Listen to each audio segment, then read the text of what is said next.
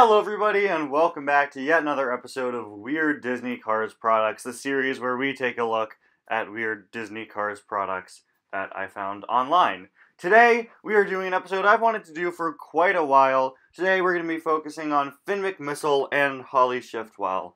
This episode was honestly one of the more difficult ones to find items for. Finn and Holly aren't featured in merchandise all that often. Typically, if they're doing merchandise for a Cars 2 character, they go with Francesco.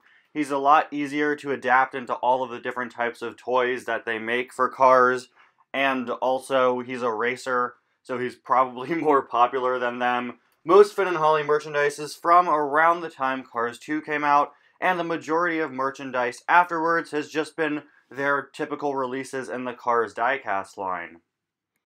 A lot of what you're going to be seeing in this video are different Finn and Holly toys from around the time Cars 2 came out.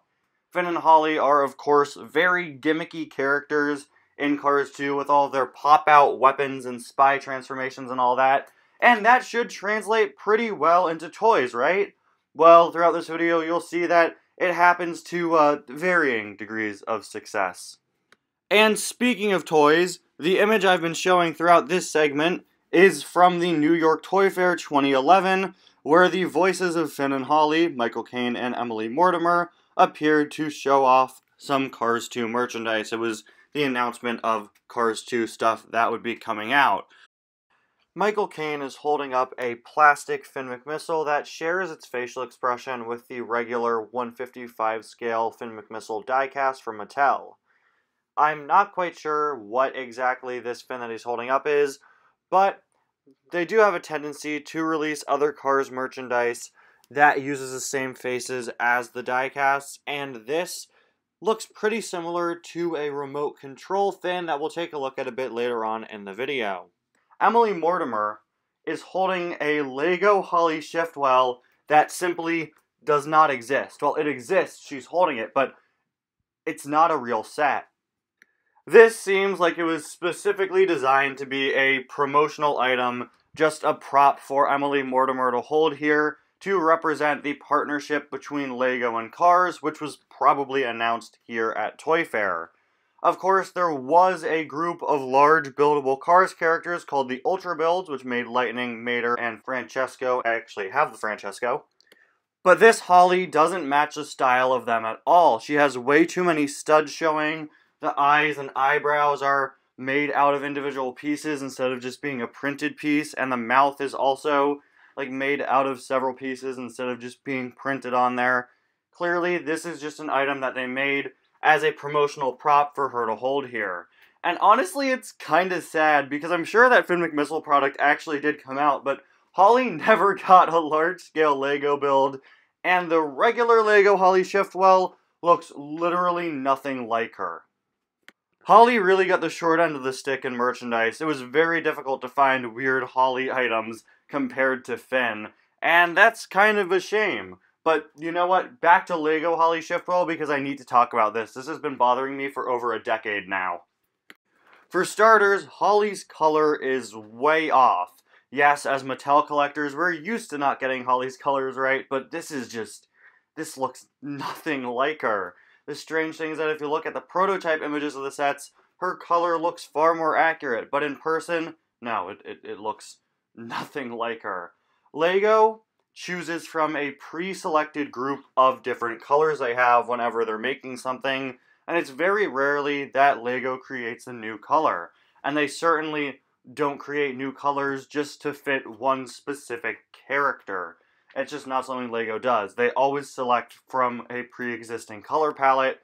Holly definitely would have benefited from them creating a new shade of purple to look more accurate to her, but Lego's not going to waste their resources doing that when they could just use a color they already have. That's just how Lego works. But beyond that, her shaping is absolutely awful.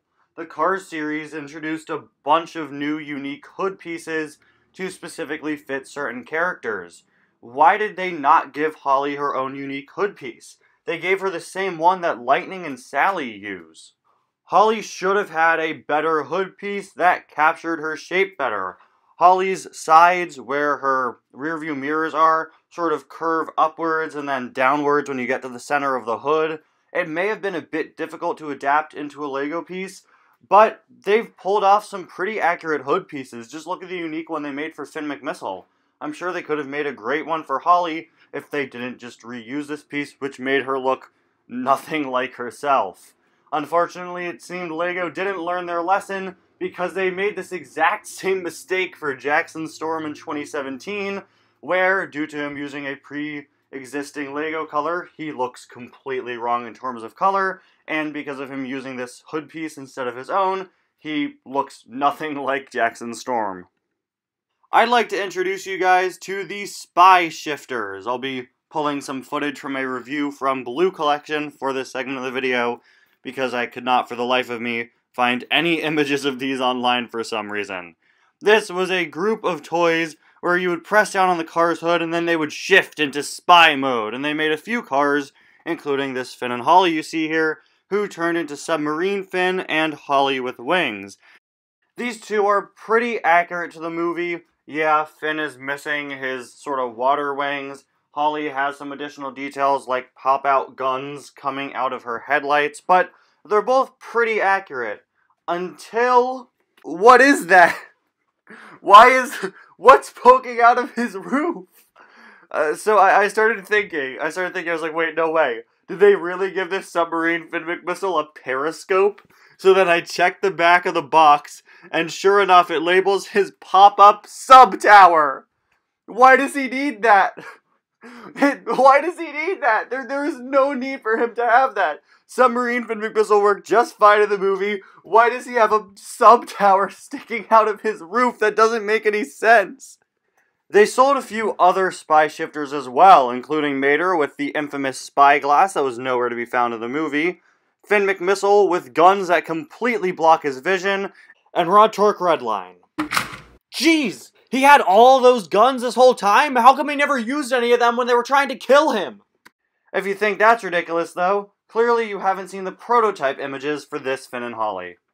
It seems that their goal originally was to completely ditch movie accuracy, as Finn has become even more of a submarine, complete with a little periscope sitting out of the sub-tower. This makes no sense. A periscope is used so that people can look out of the submarine. Finn is the submarine. And the periscope isn't in front of his eyes, it's above him. Meanwhile, Holly here looks like she could be the next Terminator. This is a bit much.